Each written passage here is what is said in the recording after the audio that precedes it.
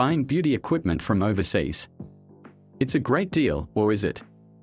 With the ever-increasing pressure on business from the competition and the economy, it has never been more tempting to look at alternatives to reduce your business operating costs. In an age where a global marketplace, which now extends far beyond eBay, offers huge savings on the cost of products and equipment, the temptation to import and take advantage of the worldwide marketplace can be enticing.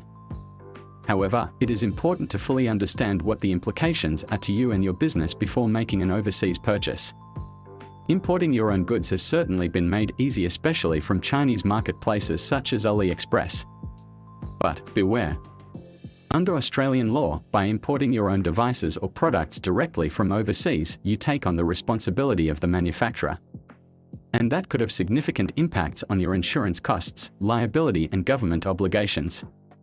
In addition, an international warranty is not easily enforceable, and you might end up with a device that doesn't really work or may stop within a couple of months or just simply isn't exactly as described. There are even occasions where the device never arrives or is seized by customs. This isn't to say that all products manufactured overseas are of poor quality. There are certainly different levels of quality available, and it can be extremely difficult to determine what is good versus what is not so good. With copyright laws in some countries not as stringent as in others, it opens the door to pretty much anything being copied.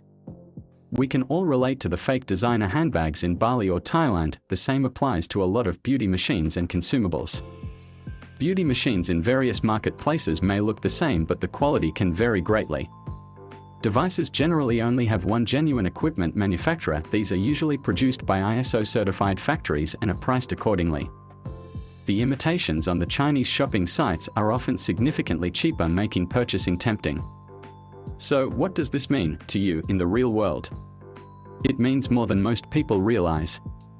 If you import your own products, chemicals, or equipment without compliance, not only could you face huge fines, but you may also discover that your business insurance policy is voided, leaving you exposed to litigation if something were to go wrong. Your insurance could be void not only because you are not a registered importer, but also because, if you directly import a product into Australia for commercial purposes, then in the eyes of Australian law, you take on the responsibility of the manufacturer. It is certainly possible to have appropriate insurance cover for this, and any reputable wholesale importing company will have it. Importing rather than purchasing from an Australian compliant wholesaler is likely to increase your insurance premiums by $10,000 to $15,000 per annum. All of a sudden, the cost-saving proposition of global shopping sites starts to look a little bit different.